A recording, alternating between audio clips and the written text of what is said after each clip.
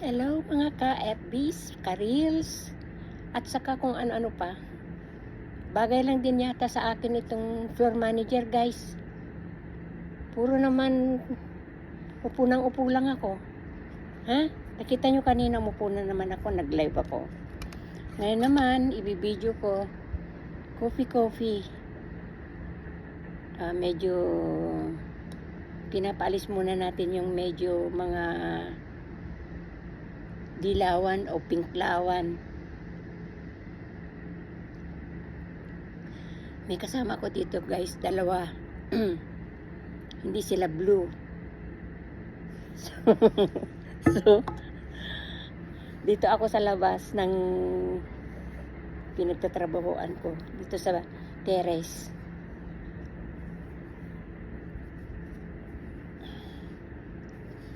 Di pa naman ako nagugutom kaya puro kape.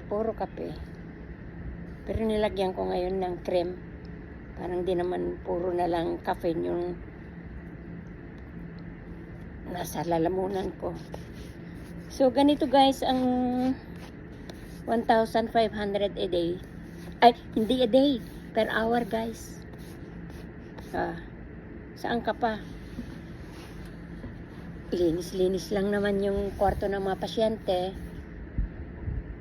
Huwag na natin ikakahiya yung paglilinis.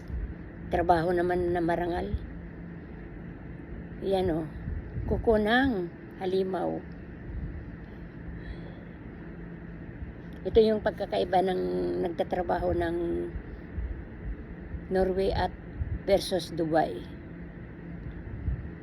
Mag-video ako tungkol sa katayuan ng trabaho ko noon sa Dubai o Emirates kasi hindi naman ako sa Dubai actually, kundi sa Sharjah.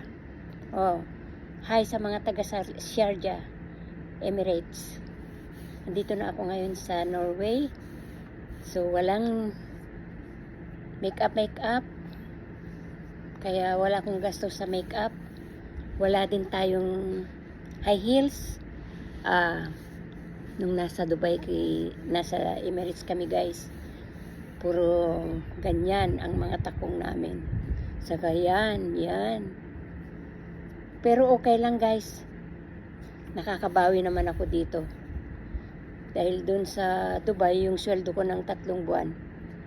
Ay, ng 1 taon. Siguro 3 buwan ko lang sasahurin dito. So anyways, good luck to me. Good luck to you.